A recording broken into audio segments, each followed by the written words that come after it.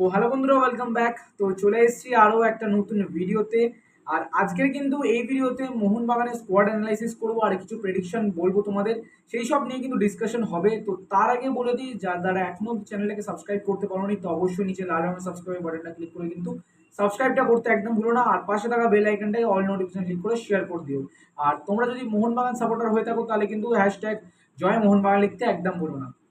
তো প্রথমেই চলে আসি, মোহনবাগান কিন্তু এই যে সিজন, ঠিক আছে, এই সিজনে কিন্তু টপ টপ সাইনিং মোহনবাগান দল করেছে, যেখান থেকে কিন্তু মিডফিল্ডার থেকে শুরু করে ফরওয়ার্ড লাইন থেকে শুরু করে কিন্তু একটা ভালো মতন সাইনিং তারা করিয়েছিল।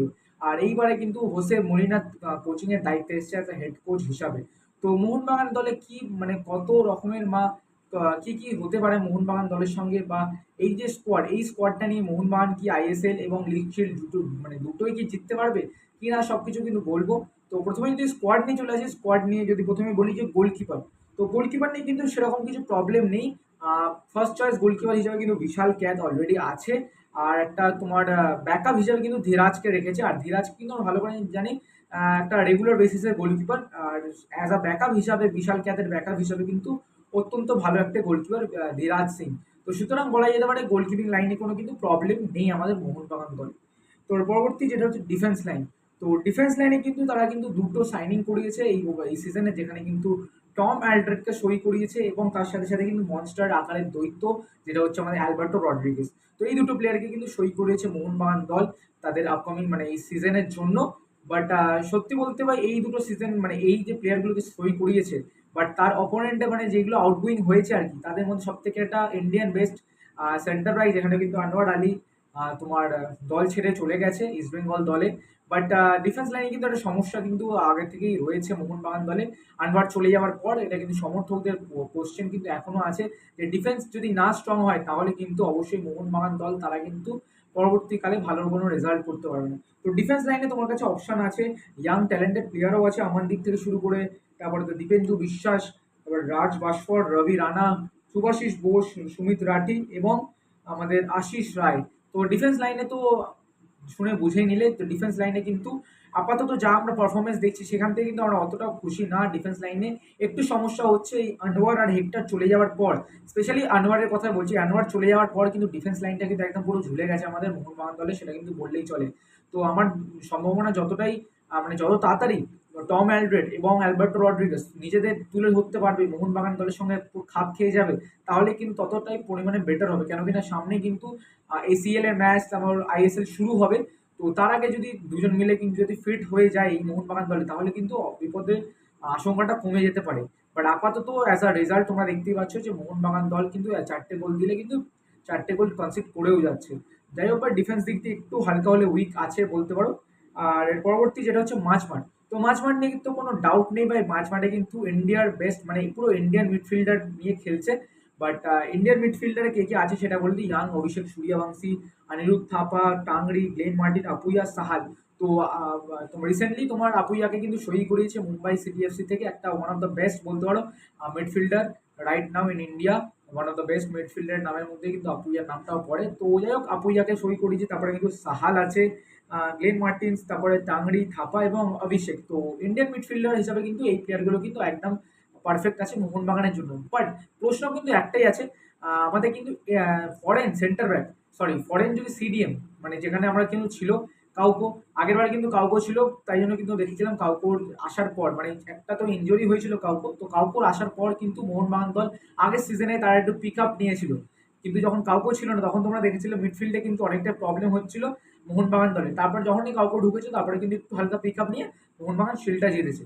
তো যাই হোক ভাই, সবকিছু মিলিয়ে কিন্তু সত্যি বলতে একটাই কথা বলবো যে উইদাউট এনি ফরেন্স তোমার সিডিএম বলো বা মিডফিল্ডার বলো, আমার মনে হয় ইট going to be a tough for Mohun Bagan. কেন কি না, তোমরা এসিএল এর মতন বা মানে এসিএল এর মঞ্চে তোমরা খেলতে যাচ্ছ, সেখানে তোমাদের কাছে একটা কোনো ফরেন সেন্টার ব্যাক মানে তোমার সিডিএম নেই। তো সুতরাং আমার মনে হয় ভাই এটা এটা এটা এটা একটু হলে হয়তো প্রবলেম হতে পারে মোহনবাগান দলের জন্য। বেসিক্যালি মোহনবাগান দল মানে অ্যাজ আ মানে হোসে মলিনা আন্ডারে কিন্তু 3-5-2 ফরমেশনে খেলে। তো বুঝতে পারছো মিডফিল্ডারে কিন্তু একটু প্রচুর পরিমাণে চাপটা অবশ্যই, আর ডিফেন্স লাইনে কিন্তু চাপটা কিন্তু মোহনবাগান দলে কিন্তু রয়ে যাবে। আর ডিফেন্সের অভাব প্লাস আমাদের মিডফিল্ডের মানে ফরেন প্লেয়ারের অভাব। তো ফরওয়ার্ড লাইনে কিন্তু কোনো ডাউট নেই ভাই, ফরওয়ার্ড লাইনে কিন্তু একটা সব থেকে বড় সাইনিং করিয়েছে এইবারে মোহনবাগান দল। সেটা হচ্ছে এই লিগের all time top goal scorer, যেটা হচ্ছে জেমি ম্যাকলারেন, মানে মেলবোর্ন সিটির all time top goal scorer Jamie McLaren. তো জেমি ম্যাকলারেন কিন্তু আপাতত কোনো রকমের কিন্তু ম্যাচ খেলেনি, বাট আশা করছি আমাদের সামনে 13 তারিখ মানে 13 তারিখে যে ম্যাচটা আছে মুম্বাই সিটি এফসির সঙ্গে, তো সেই ম্যাচে কিন্তু জেমি ম্যাকলারেন তার প্রথম ডেবিউ ম্যাচ খেলতে নামবে। বাট ফরেনে মানে তোমার আমার যদি ফরওয়ার্ড লাইনে যদি কিছু কথা বলি, তো ফরওয়ার্ড লাইনে কোন কোন প্লেয়ার আছে, কি কি অপশন আছে মোহনবাগানের কাছে, সেগুলো তোমাদের বলে দিই। তো ফরওয়ার্ড লাইনে Dimitri Petratos, Greg Stewart, Jamie Maclaren, Jason Cummings, Liston Colaco, Manvir Singh, Fardin Ali Molla, Suhail Bhat, এদের মতন কিন্তু তারকা প্লেয়াররা কিন্তু আছে। আর উইংটা কিন্তু মোহনবাগান দল তারা কিন্তু বেশি ইউজ করবে, যেখানে কিন্তু লিস্টনের অপশন আছে, মনবীর সিং আছে।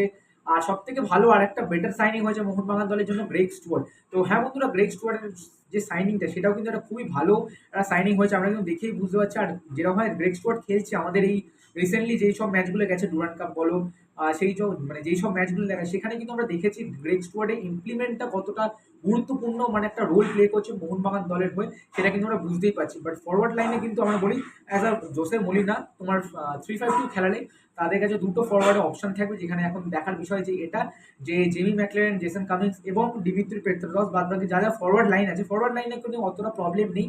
বাট একজন উঠিয়ে বসে তো মানে চেঞ্জ করে খেলাবেই হোসে মলিনা। তো এখন দেখা যাক কি করে হোসে মলিনা, সেটাই এখন সিদ্ধান্ত। বাট অল ওভার যদি তুমি পুরো টিমটাকে যদি পুরো অ্যানালাইজ করি, তাহলে কিন্তু এখনও কিন্তু সব থেকে মেজর যে ডিফেক্টিভ লাইনটা আছে, বাট তোমার একটা ভয়ানক বিষয় যেটা আছে, সেটা হচ্ছে ডিফেন্স লাইন।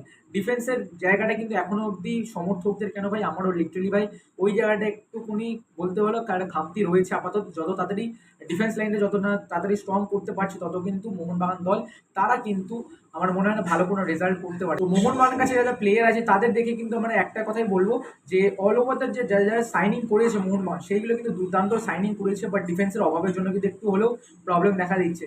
বাট সব থেকে বড় প্রশ্ন এটাই যে মোহনবাগান দল এই সিজনে মানে প্রেডিকশন যদি বলো যে এই সিজনে মোহনবাগান দল কি আইএসএল লিগ শিল্ড জিতবে বা কাপ জিতবে, সেটা কিন্তু তোমাদের প্রেডিকশন অবশ্যই কমেন্ট বক্সে করে দেও। বাট আমার যদি বলো প্রেডিকশন, তাহলে কিন্তু আমার মনে হয় মোহনবাগান কিন্তু এই বছর কাপের জন্যই যাবে, কেন কিনা লিগ শিল্ড কিন্তু আমার মনে হয় না জিতবে। ঠিক আছে, কেন কিনা এসিএল আছে, তারপরে কিন্তু তোমার আইএসএল আছে, তো একটা কিন্তু জার্নি তোমরা বুঝতেই পারছো, একবার এখানে ওখানে করতে করতে হয়তো একটা দুটো পয়েন্ট লুজ করলেও করতে পারে মোহনবাগান দল। আর ডিফেন্সের যেরকমটা অভাব, তো তাই জন্য হয়তো ডিফেন্স নিয়ে চাপের আছি আমরাও। তো সেখান থেকে কিন্তু দাঁড়িয়ে কিন্তু এটাই বলা যায় যে মোহনবাগান দল তারা কিন্তু তোমার আইএসএল কাপ জেতার সম্ভাবনাটা বেশি আছে লিগ শিল্ডের তুলনায়। বাট লিগ শিল্ড যদি জিততে পারে প্লাস আইএসএল কাপ যদি জিততে পারে, তাহলে তো আর কিছু বলার নেই, খুবই একটা ভালো বিষয় হবে। বাট তোমাদের কি প্রেডিকশন সেটা কিন্তু অবশ্যই কমেন্ট করে জানাতে ভুলো না। আর এই ভিডিওটা তোমাদের কিরকম লেগেছে সেটাও কিন্তু কমেন্ট করে জানাতে একদম ভুলো না। আর এর পরবর্তীকালে তোমার কোন দলের তোমার টিম স্কোয়াড অ্যানালাইসিস চাও আর বা প্রেডিকশন চাও, সেটাও কিন্তু কমেন্ট করে জানাতে একদম ভুলো না। তো চলো বন্ধুরা, আজকের জন্য এইটুকুই থাক, আবারও অন্য একটা ভিডিওতে দেখা হবে তোমাদের সঙ্গে। তো চলো টাটা, বাই বাই। আর সাবস্ক্রাইব করতে ভুলো না, লাইক করে শেয়ার করে দেবো। চলো, টেক কেয়ার।